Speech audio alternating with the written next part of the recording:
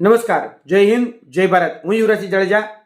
Gujarat energy transmission corporation limited એટલે કે જેટકો દ્વારા આ વર્ષની શરૂઆતમાં એક પરીક્ષા બહાર પાડવામાં આવી હતી અને નામ હતું ઇલેક્ટ્રિકલ આસિસ્ટન્ટ વિદ્યુત સહાયક.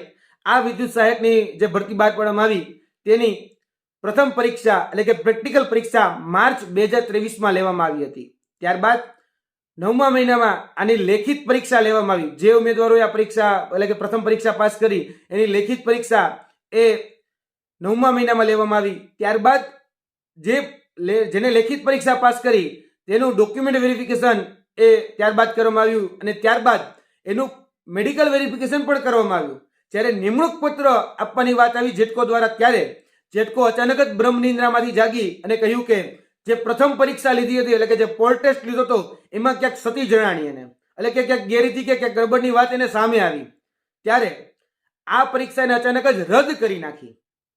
અમે જેટકોને પ્રશ્ન પૂછવા માંગીએ છીએ કે જ્યારે આ પ્રથમ કસોટી એટલે કે પ્રેક્ટિકલ કસોટી જ્યારે લેવામાં આવી ત્યારે એનું વિડીયો રેકોર્ડિંગ થતું હોય છે. પોલ ટેસ્ટનું વિડીયો રેકોર્ડિંગ થાય છે.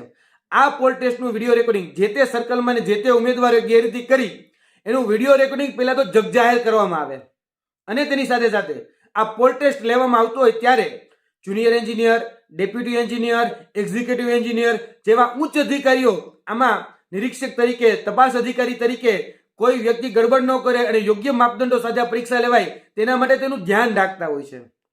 હવે તમને જ્યારે એવું લાગી રહ્યું છે કે આમાં ગેરરીતિ કે ગડબડ થઈ તો ચોક્કસપણે એ વિદ્યાર્થી ઉપર એ ઉમેદવારો જેને ગેરરીતિ કરી છે એની ઉપર તો એક્શન લેવા જ જોઈએ. પરંતુ એની સાથે સાથે આ ગેરરીતિમાં ભાગ ભજવનાર, આ ગેરરીતિમાં જેને સહયોગ કર્યો છે એવા અધિકારીઓ ઉપર એક્શન શા માટે નહીં એનો જવાબ આપવામાં આવે. કેમ કે જે તે તપાસ અધિકારી હોય અથવા તો જે તે એના નિરીક્ષક હોય તેને પણ ક્યાંક ને ક્યાંક આમાં ભૂમિકા ભજવી હશે તો તેવા અધિકારીઓને પણ સસ્પેન્ડ કરવામાં આવે.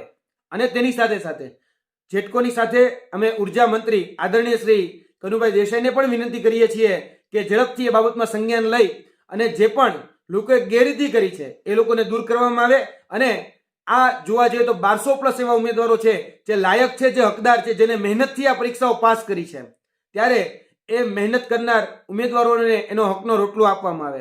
કેમ કે આ જે પરીક્ષા હોય એ પરીક્ષામાં તનતોડ મહેનત કરી અને આ પરીક્ષાઓ પાસ થતી હોય છે. ત્યારે જે પણ ઉમેદવારોએ પરીક્ષા પાસ કરી છે તેમને ન્યાય આપવામાં આવે અને જે ગેરલાયક છે, જેને ગેરરીતિ કરી હોય, જેને ગડબડ કરી હોય એની પર ચોક્કસ તમે એક્શન લ્યો, એમાં ના જ નથી. એમાં અમે પણ તમારી સાથે છીએ. પરંતુ જે લાયક છે, જે હકદાર છે એમને ન્યાય આપવામાં આવે. આગળના દિવસોમાં જો કહી શકે કે આમાં ન્યાય આપવામાં નહીં આવે તો ચોક્કસપણે અમે આવેદનપત્ર, નિવેદનના માધ્યમથી આગળ વધીશું. અને જો આંદોલન કરવાની પણ ફરજ પડી તો એમાં પણ અમે જરા પણ કચાશ નહીં રાખીએ. કેમ કે આ વર્તમાનમાં જે યુવાનો છે એ યુવાનો સાથે જે રમત રમાઈ રહી છે એ જરા પણ અમે સાખી નહીં લઈએ. જેને પણ ગેરરીતિ કરી છે એને ચોક્કસપણે સજા થવી જ જોઈએ. પણ પાડાના વાકે પખાલીને ડામ ન હોય.